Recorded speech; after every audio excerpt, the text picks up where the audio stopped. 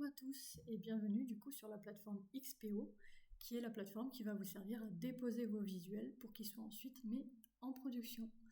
Donc sous votre nom, vous aurez le numéro de commande. Ce qui est important surtout pour vous, c'est la date d'expédition souhaitée. Donc ça, c'est quand vous êtes censé le recevoir si c'est pas nous qui montons votre stand. Et cette date-là, du coup, qui est calculée en fonction, c'est la date limite de validation des BAT. Donc, vous voyez, par exemple, là, le 7 octobre à 16h, ça veut dire que c'est le moment maximal pour valider vos BAT, sinon on risque d'avoir du retard. Vous avez sur cette plateforme déjà beaucoup de ces rectangles gris. En fait, c'est là où vous allez pouvoir déposer chaque visuel. Au début, ça a l'air d'être du charabia, mais vous allez voir qu'on va se dépatouiller, on va tout comprendre ensemble. La première chose que je vous recommanderais de faire, c'est quand vous avez l'option voir en 3D ici, vous cliquez, vous chargez. Ça va vous permettre de voir votre stand sans les visuels apparaître. Et vous avez déjà une bonne vue d'ensemble, vous pouvez en plus tourner, vous voyez, c'est plutôt sympa. L'avantage, c'est qu'en fait, vous allez pouvoir avoir sur le côté la référence de chaque visuel. Si je prends ce panneau par exemple, tout au fond, vous voyez que c'est noté plan de travail A. Si je prends celui-ci, ça change, c'est passé au C. Donc ça va nous permettre de nous repérer vraiment, faire le lien entre le numéro du visuel et son emplacement dans le stand. Très pratique, gardez-le toujours ouvert sous la main.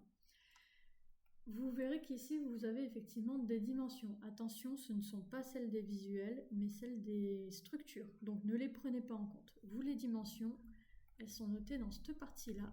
Chaque visuel a ici la dimension à rendre du fichier PDF. La deuxième chose à faire, c'est quand vous l'avez disponible, ici, c'est télécharger les documents de production. Donc moi, je vous les ai téléchargés pour ce stand, par exemple. Et on arrive donc sur un document comme celui-ci. Hop, je vais mettre la première page. Donc on a une vue d'ensemble de notre stand par exemple, et on va avoir les dimensions.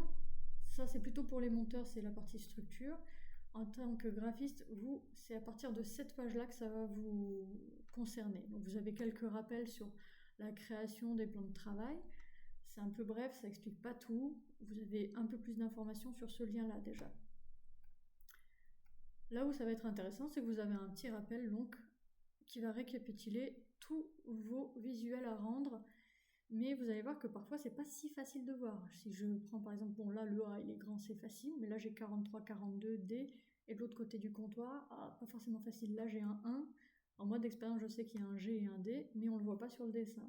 Donc encore une fois, d'où l'utilité d'avoir notre viewer 3D sous la main, c'est que sur le viewer, je vais pouvoir aller me balader un petit peu plus, et donc je vais pouvoir voir, à l'arrière du comptoir par exemple, c'est le 44. Et là tiens, si je clique sur la porte, j'ai 1, et si je clique juste à côté, c'est pas forcément facile, mais on va pouvoir tomber sur le 1G par exemple. Ça va donc nous servir à remettre tout ça en ordre, mais d'avoir l'avantage de ce guide, c'est que c'est un peu plus une vue d'ensemble pour se repérer de manière grossière, mais surtout à la fin, voilà, vous avez tous les rappels des dimensions, donc ça prend en compte les fonds perdus, et vous allez pouvoir construire vos plans de travail avec ça et avec l'aide du viewer. Ce sera donc notre deuxième vidéo, comment créer mon fichier et les plans de travail.